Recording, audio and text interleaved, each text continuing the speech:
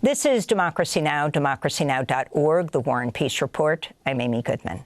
New York City Mayor Eric Adams announced Sunday he's dropping out of the mayoral race. This comes after President Trump and New York business leaders pressured Adams and Republican nominee Curtis Sliwa to drop out in order to narrow the race and help disgraced former Governor Andrew Cuomo beat the Democratic candidate Zohran Mamdani.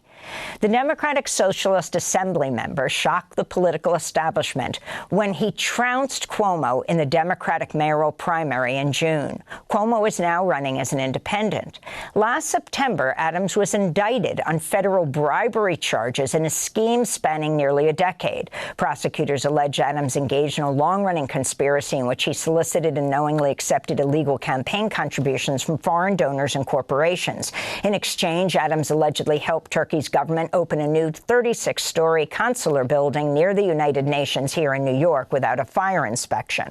Trump's Justice Department dismissed the charges earlier this year in what was seen as a quid pro quo in exchange for Adams implementing Trump's crackdown on immigrants. President Trump reportedly considered offering Adams a position in his administration, possibly ambassador to Saudi Arabia, if he dropped out.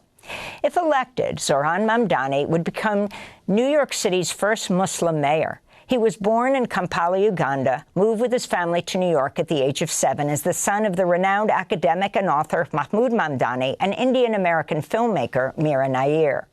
On Sunday, Democracy Now!'s Nermeen Sheikh and I sat down with Zohran Mamdani in our studio an hour after Eric Adams announced his withdrawal from the mayoral race, as polls show Cuomo is well behind Mamdani. Well, today we're joined by the man President Trump does not want to become mayor of New York. That's right, Zohran Mamdani. He's in our studio to talk about this breaking news and more. Zohran Mamdani, welcome back to Democracy Now! It's great to have you with us. Respond. The significance of Adams dropping out of the race. Does this surprise you? You know, it is something that has been rumored for quite some time, that this would be the month, this would be the week, this would be the day, and today we've finally seen it.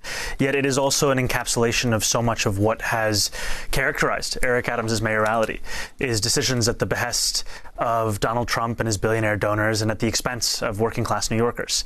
And what we see in this moment is very much what we saw the day we started this campaign on October 23rd, a necessity to finally stand up to the days of big money and small ideas being what characterizes City Hall, and instead delivering for the very working-class New Yorkers that are being priced out of that same city. Well, let's go to what Eric Adams had to say in a 9-minute video message announcing his decision to drop out. New York Mayor Eric Adams did not mention you, Zohran, or Andrew Cuomo by name, but he said this, which has been viewed as criticism of your campaign. Major change is welcome and necessary, but beware of those who claim the answer to destroy the very system we built together over generations. That is not change, that is chaos. Instead, I urge New Yorkers to choose leaders not by what they promise, but by what they have delivered. So, Zohran, your response?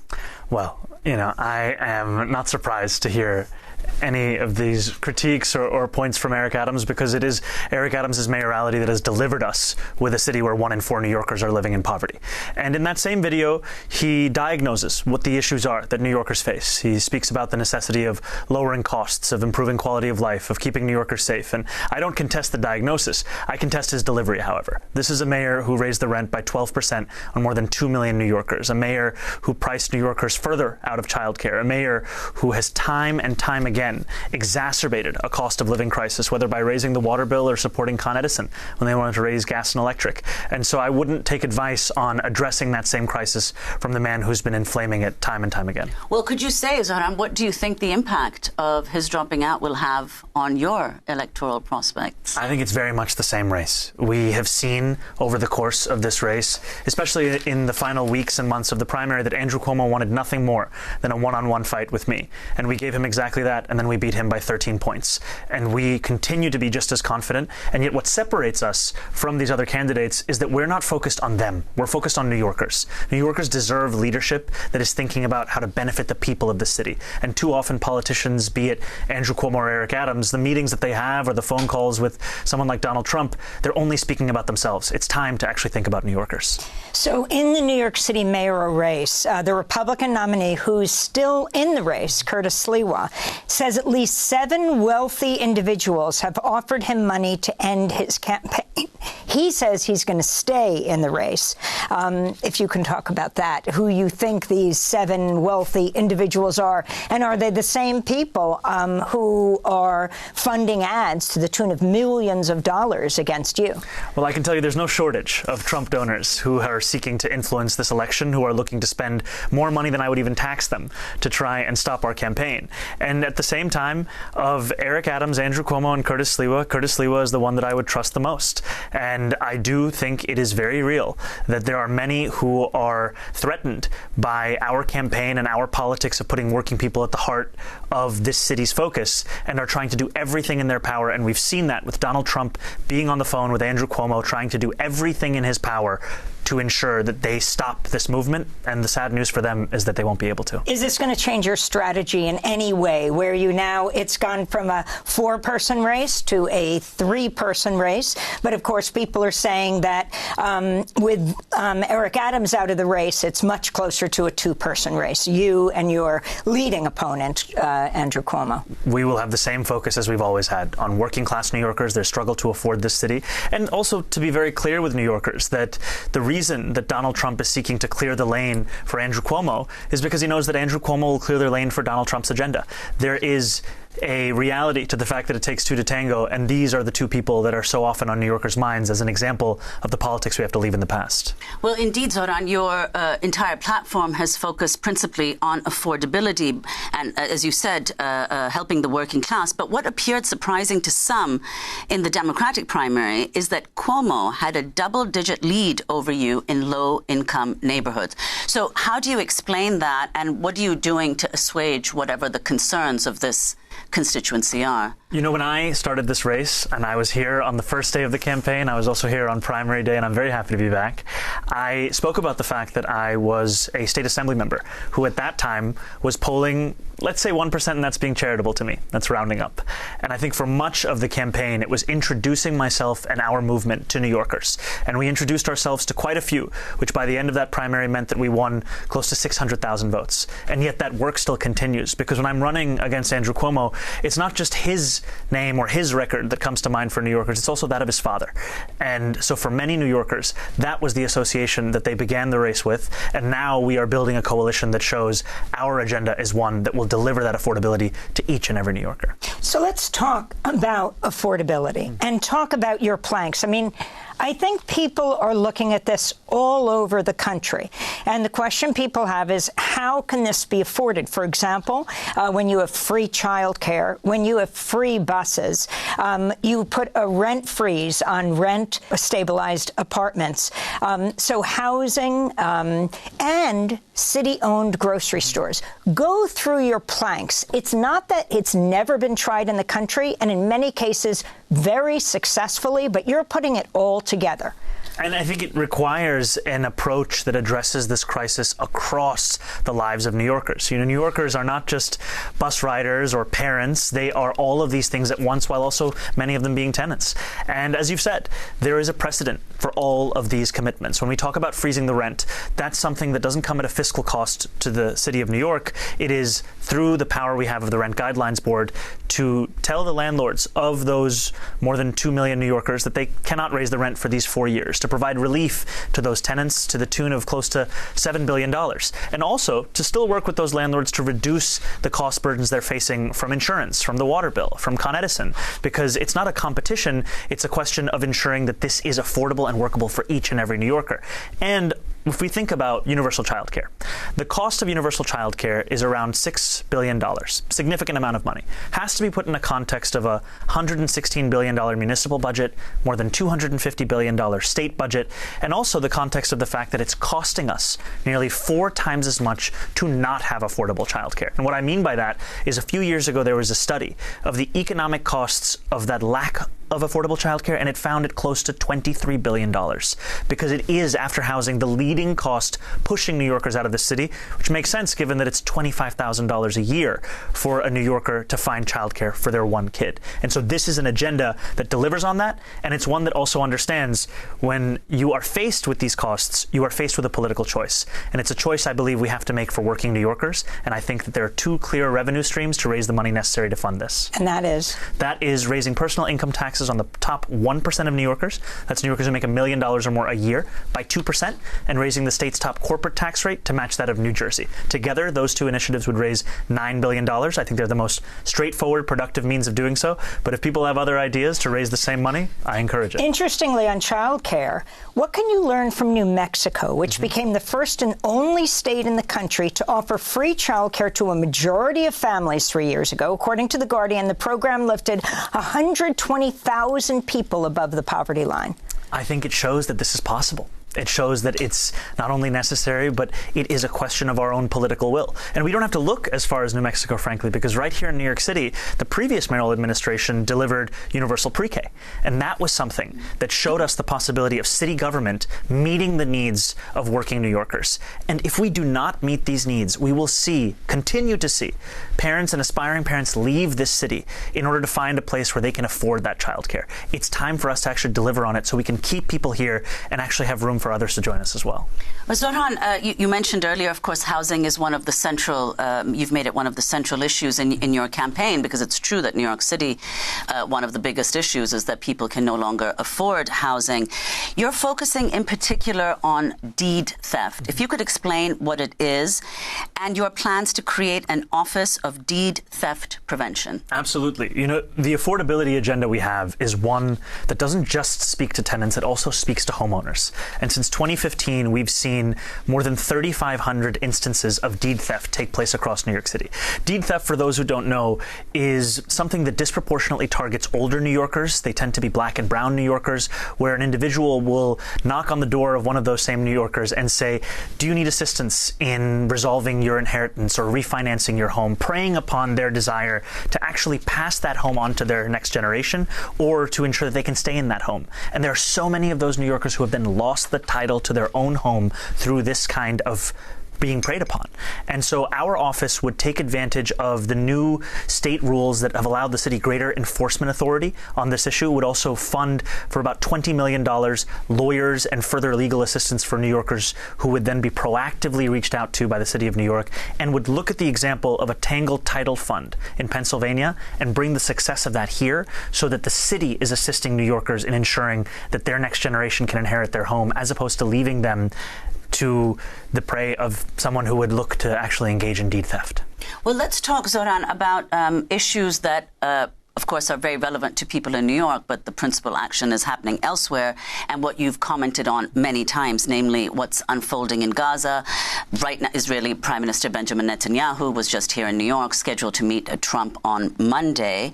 So if you could talk about what you've heard from New Yorkers on this issue.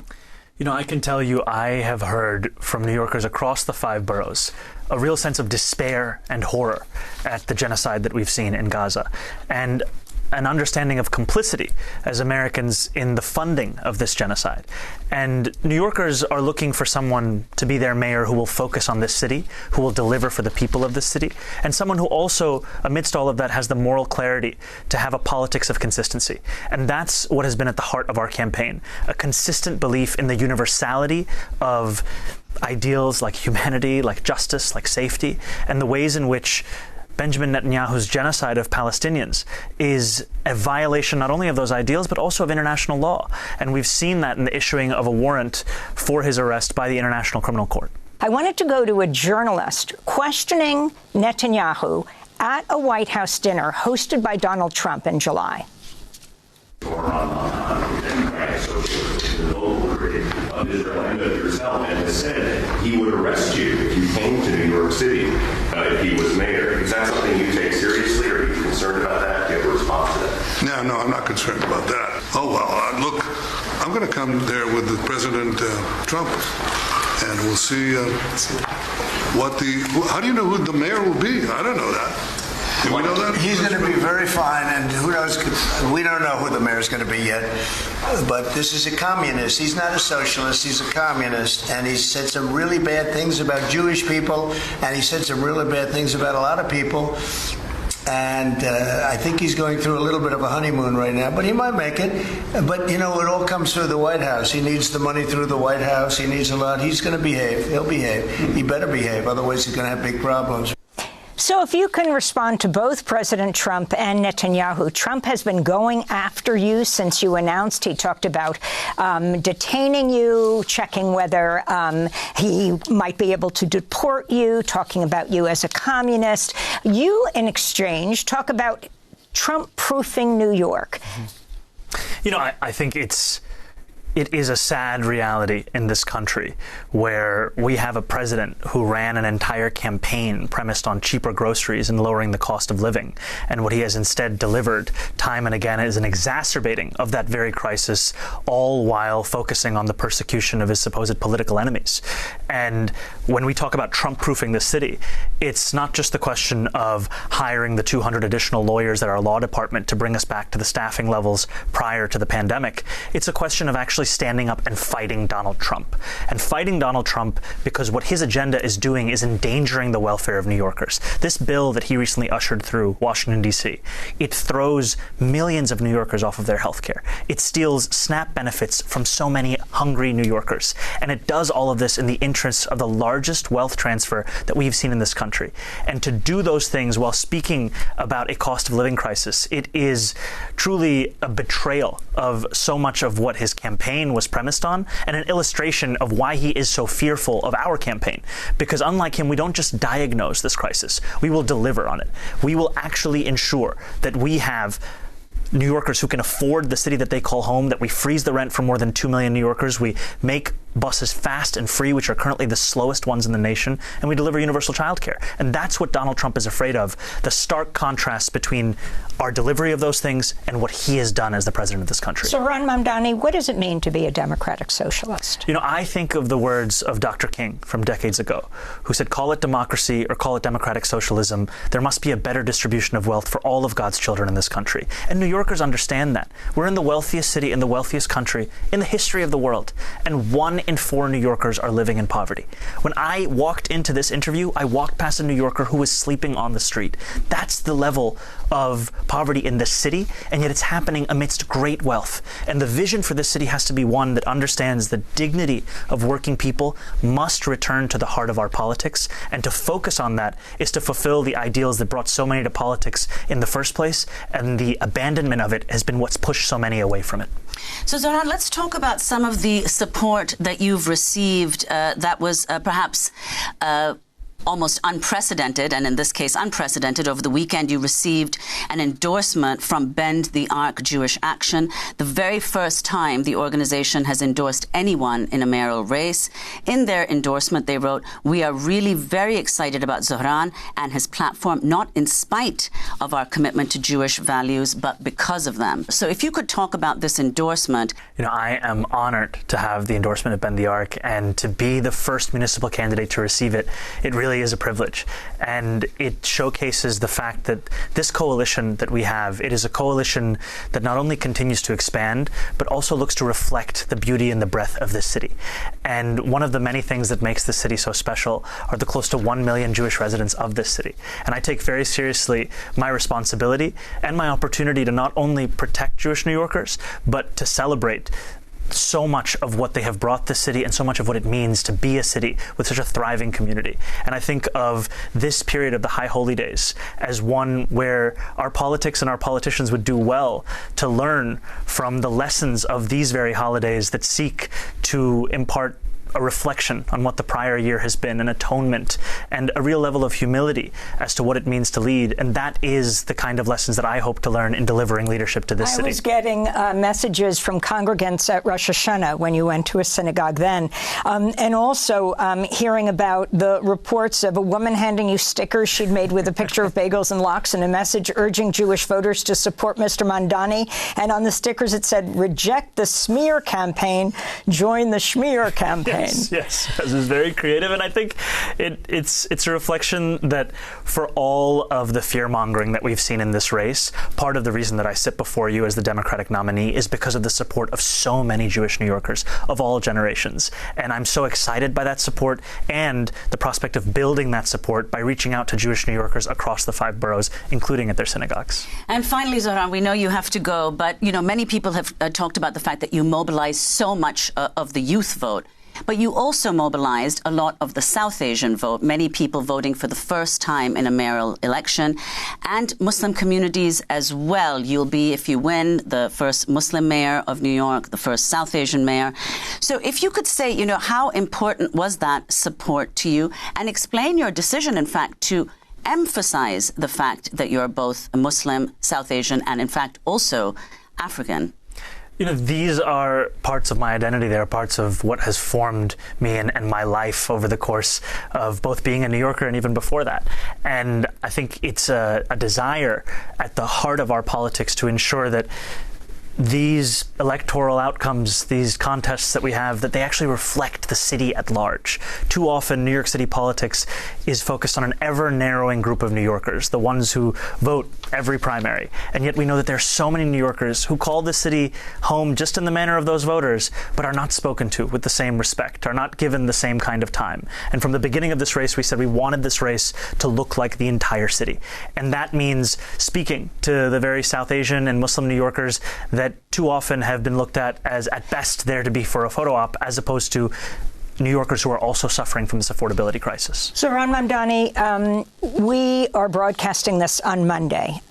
We spoke to you on Sunday, right after Adams said he's pulling out of the election campaign. We also spoke to you the day after he was indicted on corruption charges. Of course, Trump would dismiss those charges later. But I also wanted to ask you, on this day, Monday, that we broadcast this, apparently the Democratic leaders will be at the White House, Hakeem Jeffries, Minority Leader Chuck Schumer, meeting with Trump over the whole issue of the budget and whether the country is going to be shut down. I want to know which is more contentious, that meeting, Trump, Schumer, and Hakeem Jeffries, or their meetings, Hakeem Jeffries and Schumer, with you. I was just watching Senator Van Hollen, who is really castigating his fellow Democrats who had not yet supported you. Many have, from corporate Democrats, conservative Democrats, on to progressives. But talk about that. Hakeem Jeffries and Chuck Schumer not having supported you yet, even though you are the Democratic primary candidate. And what is being said in these meetings? They keep saying they're talking to you. Yes, we have had a number of meetings, and I've appreciated the meetings because the focus of the meetings has been on the fact that New Yorkers are facing twin crises: authoritarianism from Washington, D.C., and an affordability crisis from the inside. And we often tend to separate these out. We think about democracy as an ideal that must be protected, but not that democracy also has to be able to deliver on the material needs of working people. And it was Fiorello LaGuardia that said you cannot preach liberty to a starving land. You have to be able to deliver on both fronts.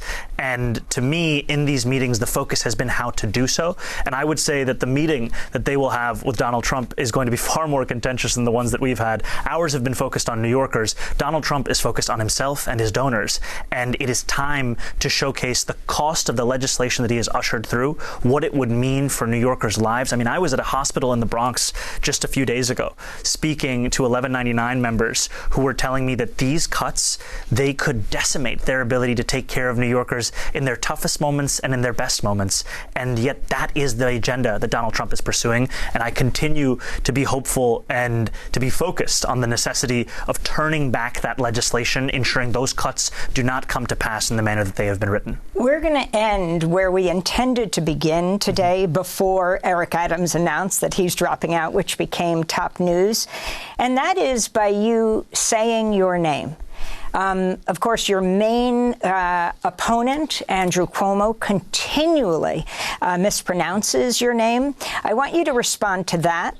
This is how he does it. I'm running against a man named Zohran Mamdani. He's a socialist. If you can respond to that and tell us how you say it, your full name. Zohran Mamdani. And I think what has been offensive to me is not whether a New Yorker can say my name on their first attempt or their second, but that what Andrew Cuomo has done is to deliberately mispronounce that name. And it is something whose meaning is not, it's not just about me. It's about how so many New Yorkers have to deal with this in their own workplace, in their own lives. You know, I was at a mosque recently for Friday prayers, and I asked the uncles and the aunties there to raise their hands if they've ever had to deal with the basic indignity of having the name that they were given be butchered time and again with an intention of belittling them. And hand after hand after hand raised. And that shows me the ways in which so many have been overlooked at the very least. And our campaign, it's not a campaign to ensure that everyone can say my name. It's a campaign to ensure that each and every New Yorker is celebrated for the fullest version of themselves, who they actually are, and belonging to the fabric of this gorgeous mosaic, as David Dinkins once called it. And your middle name, Kwame, where it comes from? I was named by my father after Kwame Nkrumah, the first Prime Minister of Ghana. And it is a point of pride for me and a reflection of the fact that I would also be the first immigrant mayor of the city in generations. I was born in Kampala, Uganda, in East Africa, moved here when I was 7. It's the city where I grew up, the city where I met my wife, the city where I got my citizenship, and hopefully the city I will lead.